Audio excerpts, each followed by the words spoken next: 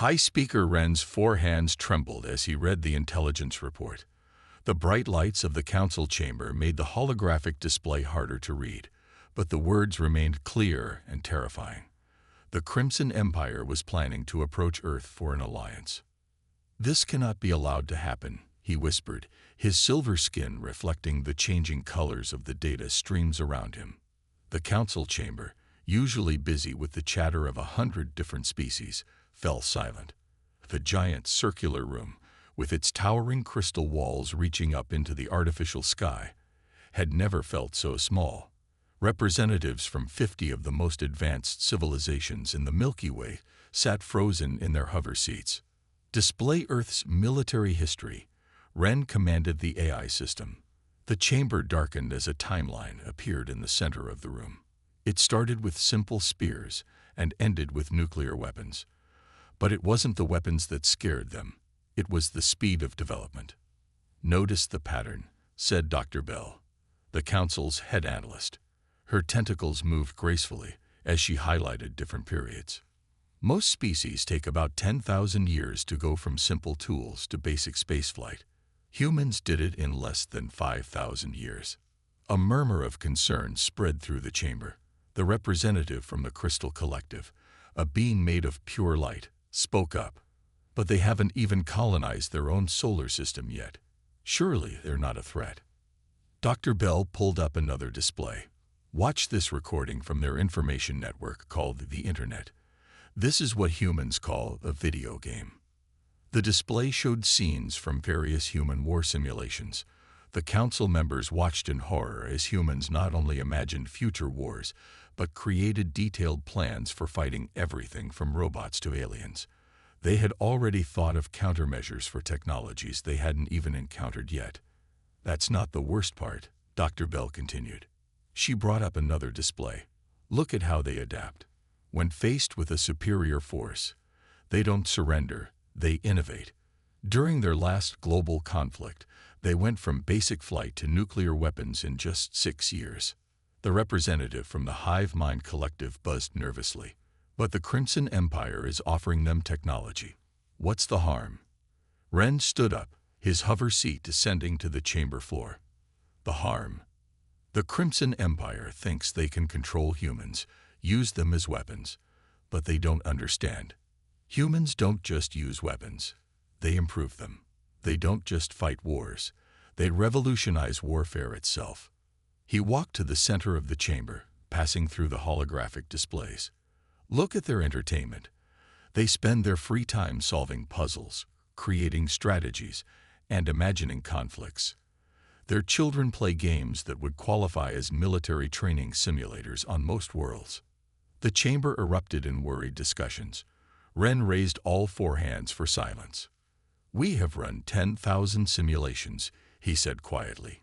"In every single one where humans gain access to advanced technology and are pushed toward war, they don't just win. They completely change the rules of engagement. The Crimson Empire thinks they're recruiting a soldier. They're actually poking the sleeping giant that thinks about war in ways we can't even comprehend." Dr. Bell added a final piece of data to the display. "They have something called science fiction. They've been imagining and solving space warfare scenarios for over 100 years. They already have theoretical solutions for problems they haven't encountered yet." The council members watched clips of human movies showing space battles, alien invasions, and warfare across the stars. What terrified them most wasn't the violence. It was the creativity, the endless variations, the constant innovation.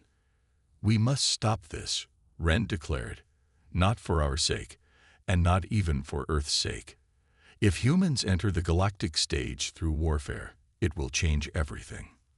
They don't just win wars, they revolutionize them. And once they start," he looked around the chamber, meeting the eyes, optical sensors, and sensory organs of each representative. "Once they start, they never go back to being simple observers." The vote was unanimous. For the first time in 10,000 years, the Galactic Council would break its own non-intervention protocols. They had to warn Earth about the Crimson Empire, had to prevent this first contact from being about war. Because if humans entered galactic society through the door of warfare, they would never stop improving, never stop innovating, never stop revolutionizing the art of conflict. And that terrified them more than any weapon ever could. Marcus Thompson had seen many strange things during his 30 years at the Pentagon, but nothing quite like this. His morning coffee sat forgotten on his desk as he stared at the 3 alien beings floating in his office. Their holographic forms cast a soft blue light across his military medals and family photos. "Let me make sure I understand this correctly," he said slowly. "You're telling me that another alien empire wants to recruit Earth as allies, and you're here to warn us against accepting their offer." High Speaker Wren's silver skin rippled with concern. "Exactly, Ambassador Thompson. The Crimson Empire's offer will seem generous, but their true intentions are far more dangerous." Marcus leaned back in his chair, studying the aliens. Besides Wren, there was Dr. Bell with her graceful tentacles, and a being made of pure light, who called itself the Crystal Delegate. They certainly looked advanced enough to be telling the truth. "No, Oradim must be going crazy right now," Marcus muttered, glancing at his secure phone, which had remained surprisingly quiet. "We are only projecting into your office," Dr. Bell explained. "Our actual ship is hiding behind your moon. We didn't want to cause panic by appearing in orbit." The Crystal Delegate moved forward, its light dimming to be easier on Marcus's eyes. "We have prepared a presentation. Please observe." The office walls seemed to disappear, replaced by stars. Marcus found himself floating in space, watching scenes from various worlds. The aliens had thoughtfully provided him with context and scale he could understand. These were the bright-winged people, Wren narrated as they watched a bird-like species building magnificent cities. The Crimson Empire approached them 3 centuries ago. They offered technology and alliance. The scene changed to show the same cities in ruins. Within 50 years, their entire civilization was gone. The Empire studied their warfare techniques, copied their technology, and discarded them. Scene after scene showed similar stories. Advanced civilizations reduced to nothing after dealing with the Empire. But something wasn't adding up for Marcus. "These species all seem very peaceful," he observed. "Their weapons, even their defensive systems, they're all pretty basic." "Correct," Dr. Bell said. "The Empire preys on peaceful races. But now," her tentacles twisted nervously, "now they want Earth. And that's different because—" The Crystal Delegate brightened slightly. "Because you are not peaceful. Your species thinks about warfare in ways that terrify us. Your innovation, your adaptability, your—" It paused, searching for the right word. "Your creativity in conflict is unprecedented." Marcus watched as the display showed human history, but it wasn't the usual progression of events. Instead, it showed how humans had repeatedly overcome superior forces through innovation and unconventional thinking. "You turned your greatest weakness, your short lifespans, into your greatest strength," Wren explained. "You must adapt quickly because you live such short lives. This makes you innovative in ways other species can't match." "And the Crimson Empire wants this?" Marcus asked, though he was beginning to understand the Council's fear. "They want to study it, replicate it," Dr. Bell said. "They don't understand that human warfare innovation isn't just about weapons or tactics. It's woven into your entire culture." The room returned to normal, leaving Marcus sitting at his desk with the 3 alien holograms. His coffee had gone cold. "I'll need to inform my superiors," he said finally. "But I have to ask, why do you care? Why warn us?" Wren's form flickered slightly. "Because if the Empire succeeds in weaponizing humanity's approach to warfare, they won't stop with a few peaceful civilizations. They'll threaten the entire galaxy. And if they fail—" He paused meaningfully. "If they fail, they might push humanity into becoming exactly what we fear most, a species that brings its incredible capacity for warfare innovation to the stars." Marcus stood up, straightening his uniform. "I understand. Thank you for the warning. I'll make sure the right people know about this. He paused, then allowed himself a small smile. Though I suspect that if this Crimson Empire is as aggressive as you say, they won't give us much choice about getting involved. The aliens exchanged worried looks. They had delivered their warning, but even they could see that humans didn't run from fights. They prepared for them. And somewhere behind Earth's moon, the Council's ship began recording every transmission from the planet, watching for the first signs that humanity was about to change the galaxy forever. The Crimson Empire's ship appeared at dawn, breaking through the golden clouds above New York City.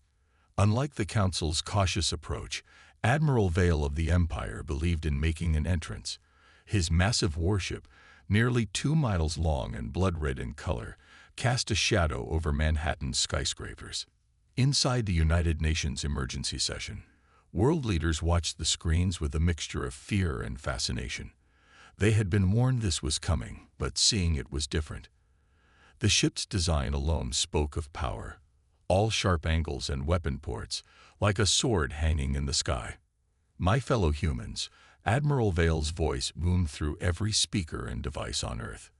Their technology had easily taken control of Earth's communication systems. We come with an offer of friendship and advancement.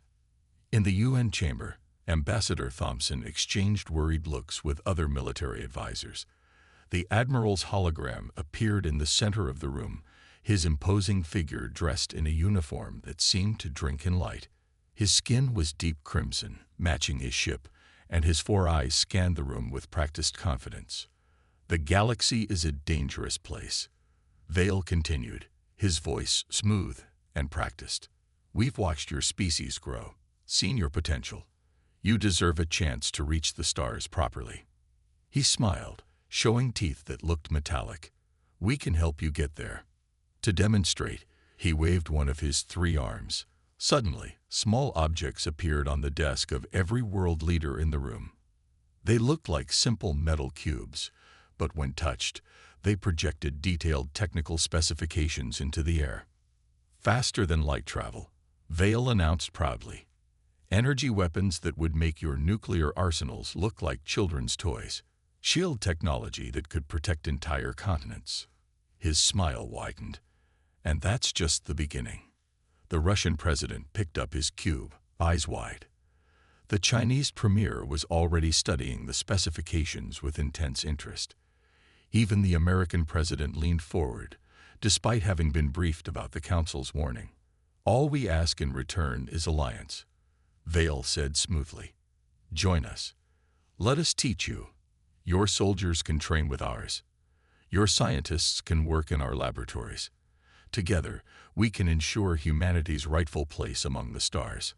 Outside, more ships appeared, smaller vessels performing aerial maneuvers that defied physics. They left trails of light in the sky, drawing patterns that made Earth's most advanced fighter jets look primitive. In their hidden observation post behind the moon, the Council members watched in dismay. They're offering too much, Dr. Bell whispered. Look how the humans are responding to the technology. Indeed, initial polls showing public reaction were overwhelmingly positive. Humans across the planet watched the ships with excitement rather than fear. The Council's warning, known only to a few world leaders, seemed to be drowning in the Empire's impressive display. Admiral Vale continued his presentation, showing holographic images of joint human-empire operations. Your adaptability, your creative approach to challenges. These are qualities we admire. We don't want to change humanity. We want to enhance it. In the back of the UN chamber, Ambassador Thompson typed a quick message on his secure phone. They're good. Too good. Making all the right promises. He sent it to his superiors at the Pentagon, then watched as more world leaders began examining their gift cubes. Of course, Vale added, his tone becoming slightly firmer, this offer is time-sensitive. The galaxy is vast, but opportunities like this are rare. We would need your answer within 1 Earth week. The chamber erupted in discussion. 1 week to decide the fate of human technological advancement. 1 week to choose between remaining earthbound or leaping centuries ahead in development. Thompson watched it all with growing concern. The Council had warned them this would happen, had told them about the Empire's true intentions. But even knowing it was a trap, the offer was incredibly tempting. He could see it in the eyes of every leader in the room. The hunger for advancement, the desire to reach the stars. As Admiral Vale's hologram smiled down at the assembled leaders, a small alert appeared on Thompson's phone. It was from the Council. Remember what happened to the others. Don't let them repeat history. But looking around the room, Thompson wasn't sure if anyone was thinking about history. They were all too busy dreaming of the future, a future the Crimson Empire was painting in very attractive colors. Liam Reed was the newest and youngest analyst on the Council's observation team. While the senior members watched Earth's reactions to the Empire's offer, he spent his time digging through old data files. Something about the Empire's pattern bothered him. "Computer," he said, his small workstation floating in the ship's data center, "show me the first contact protocols of the Empire for their last 5 allies." The holographic screens around him filled with information.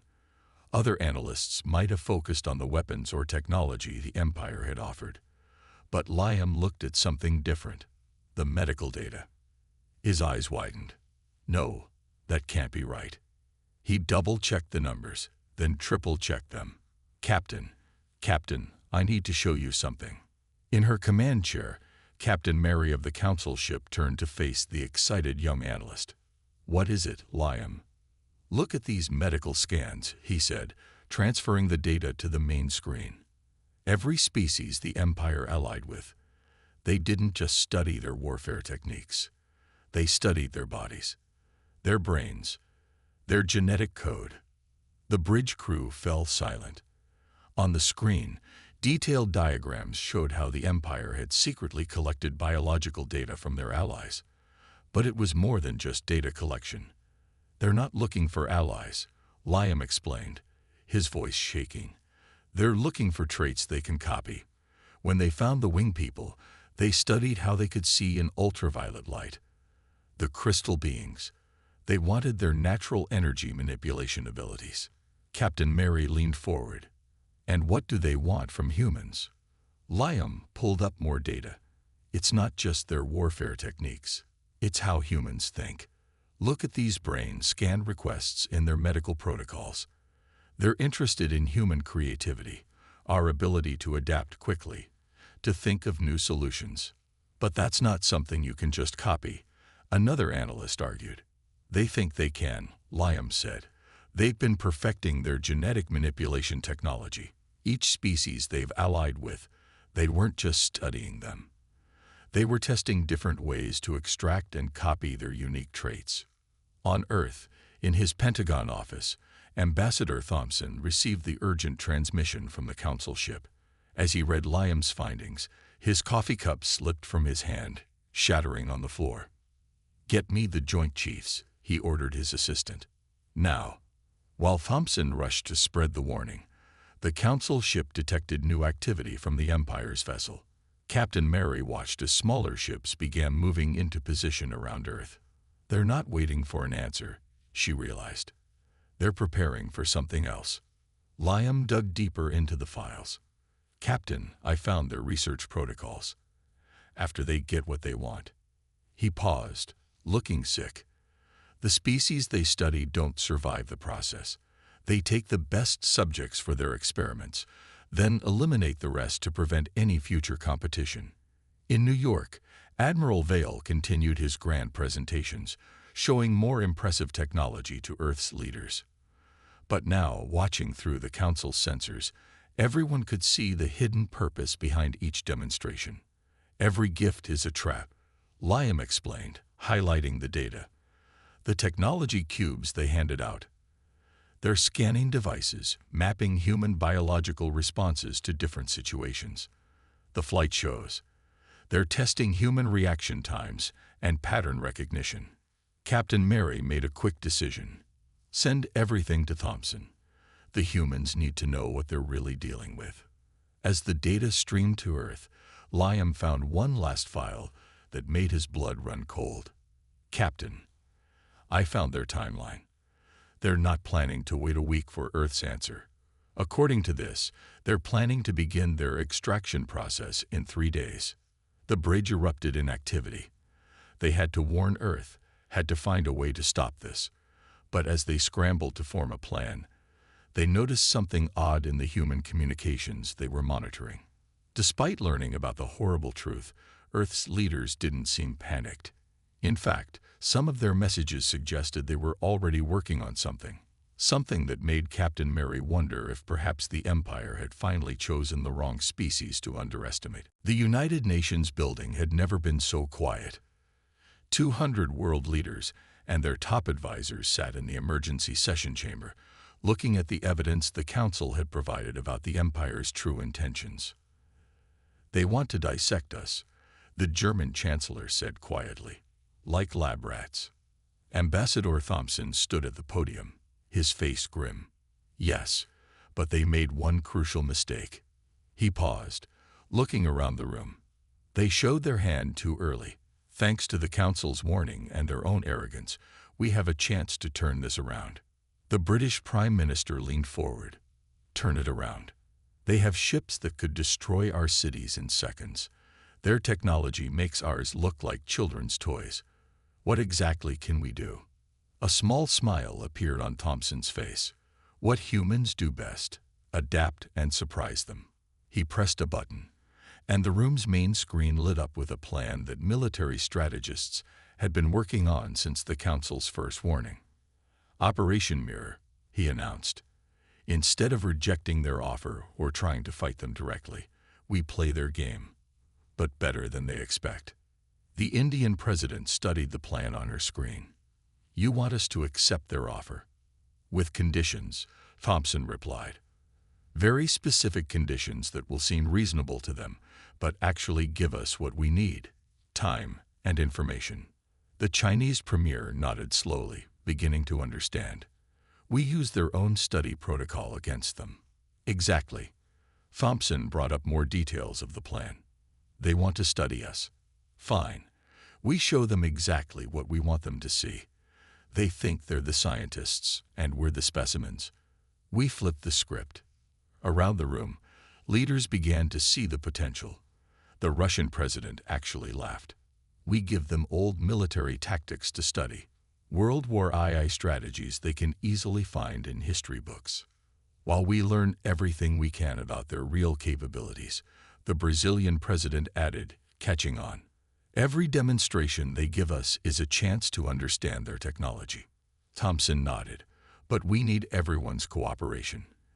Every nation, working together, showing the Empire exactly what they expect to see: a primitive species eager for advancement." The Japanese Prime Minister raised her hand. "What about the Council? Won't the Empire detect their ship behind the moon?" "The Council has agreed to appear to withdraw," Thompson explained. "They'll seem to give up on warning us. In reality, they'll be our hidden communication channel to other species who've dealt with the Empire." The room buzzed with discussion. It was risky, but it had potential. Instead of becoming victims like the previous species, humans would turn the tables. 3 days, Thompson reminded them. "That's how long before they plan to start their real operation. We need to implement our counterplan before then." The UN Secretary General stood up. "We need to vote. This plan requires perfect cooperation from every nation. No lone wolf actions, no separate deals with the Empire. We succeed together or fail together." The vote was quick and unanimous. For the first time in human history, every nation agreed to work as one, not out of fear or force, but because they recognized the perfect opportunity to show the galaxy what humans were really capable of. As the meeting ended, Thompson received a message from the Council ship. Captain Mary's hologram appeared in his office. "Your species continues to surprise us," she said. "This plan, it's either brilliant or insane." Thompson smiled. "Why not both? That's humanity's specialty, doing the unexpected. The Empire has destroyed civilizations far more advanced than yours," she warned. "Yes," Thompson agreed, "but they've never faced a species that turned their own study into a weapon. They think they're dealing with primitive beings desperate for advancement. Instead, they're dealing with humans who've spent centuries imagining and preparing for exactly this kind of situation. As he looked out his window at the Empire's ships hovering over the city, Thompson felt strangely calm. The Empire thought they were the hunters studying their prey. They were about to learn that humans could be very dangerous test subjects indeed. Admiral Vale stood proudly on his ship's command deck, watching the humans eagerly participate in their training exercises. Everything was going perfectly according to plan, or so he thought. "Look how quickly they absorb our teachings," he told his officers, showing them videos of human soldiers learning to use simple Empire weapons. Such a primitive but promising species. What Vale didn't notice was how the humans always made the same specific mistakes. Mistakes that looked natural but were carefully planned. Every error revealed something about how the Empire's technology worked. In a hidden underground facility beneath the Rocky Mountains, General Roberts watched the real data pour in. "They're so focused on studying us, they don't realize we're studying them," he said to Ambassador Thompson. Screens around them showed the actual analysis. Every time the Empire demonstrated their technology, human scientists were secretly mapping its principles. Every training accident was actually a test to see how their systems responded. "How's the Council's part going?" Roberts asked. Thompson checked his secure tablet. "Perfect. They're playing their role well, acting frustrated and defeated that we accepted the Empire's offer. Meanwhile, they're helping us contact other species who've encountered the Empire's ships. On the surface, humans played the role of excited, primitive beings perfectly. Military leaders showed old tank formations from World War II, making the Empire think they were seeing humanity's best tactics. Politicians acted impressed by basic spaceflight technology, while hidden sensors recorded everything about the Empire's ships. "Sir," a young analyst burst into the command center, "we just cracked their shield frequency patterns. Look at this." The screen showed detailed diagrams. Every time the Empire had demonstrated their impressive shield technology, human scientists had been analyzing the energy patterns. Now they understood exactly how it worked. "Send this to Jakarta base," Roberts ordered. "Let their team start working on a counter." In orbit, the Empire's ships never noticed the small changes in Earth's satellite network. They were too busy collecting data on human biology to realize that humans were using those same satellites to scan their vessels. "Admiral Vale seems very pleased," Thompson said, watching a feed from the Empire's public announcements. "He thinks everything's on schedule for their extraction plan tomorrow." "Let him think that," Roberts replied with a grim smile. "How many of their weaknesses have we identified?" Thompson checked his list. 14 major ones. Their ships are powerful but surprisingly simple once you understand the basic principles. They never expected a primitive species to figure them out so quickly. In New York, Admiral Vale was giving another grand speech about alliance and friendship. The Empire's ships performed another impressive display of aerial maneuvers. Human crowds oohed and awed on cue, while hidden sensors captured every detail of the ship's movement patterns. Behind Earth's moon, the Council ship maintained its silent watch. Captain Mary and young analyst Liam monitored the situation with growing amazement. "I've never seen anything like this," Liam said. "The humans are operating on so many levels at once. They're showing the Empire exactly what they expect to see, while learning everything about them." Mary nodded. "Now I understand why the Empire's usual tactics won't work here.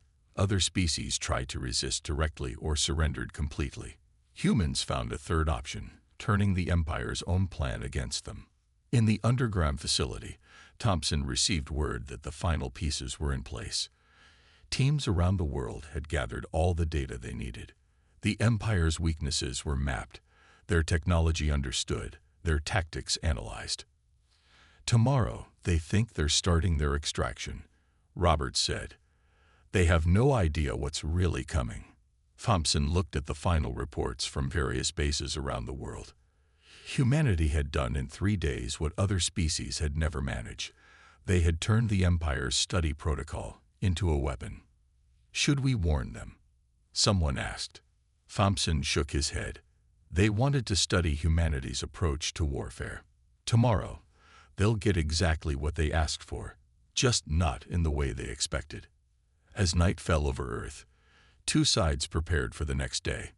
The Empire, confident in their superiority, readied their extraction teams, and humanity, united and prepared, waited to show the galaxy exactly why you should be careful what you wish for. Dawn broke over New York City as Admiral Vale prepared to launch his extraction plan. His ships moved into position above major cities worldwide, ready to begin collecting their human specimens. In his command center, he smiled at how smoothly everything had gone. That smile vanished when every screen in his ship suddenly came to life with the same message. Thank you for your cooperation in humanity's first galactic military study. In the underground facility, Ambassador Thompson sent the signal that activated Earth's counterplan. Show them what they've really been teaching us.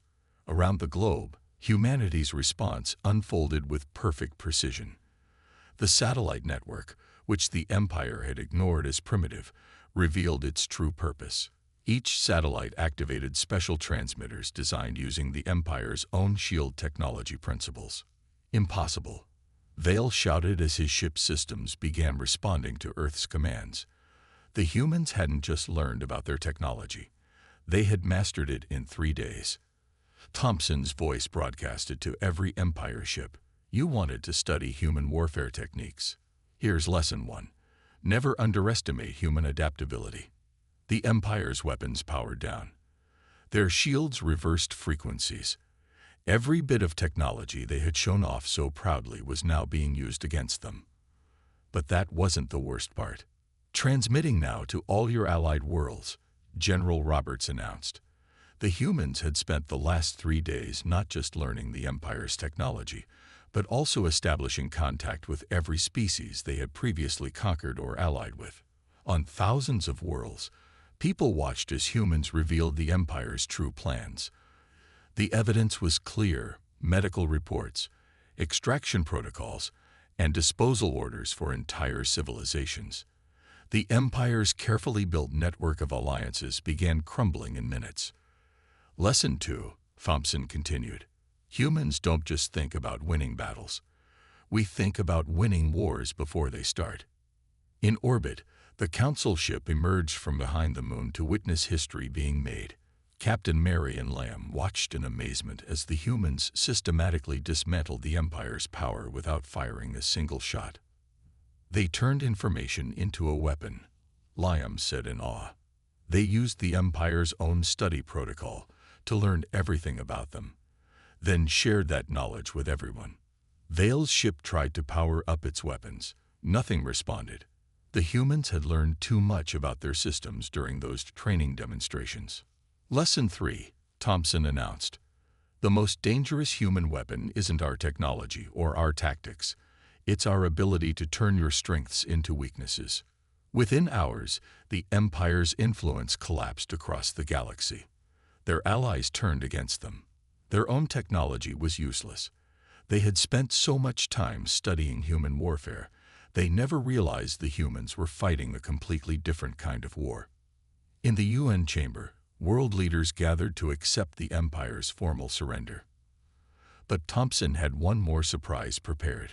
We won't be accepting your surrender, he told a shocked Admiral Vale. Instead, we're offering you something you never gave your victims: a chance to change.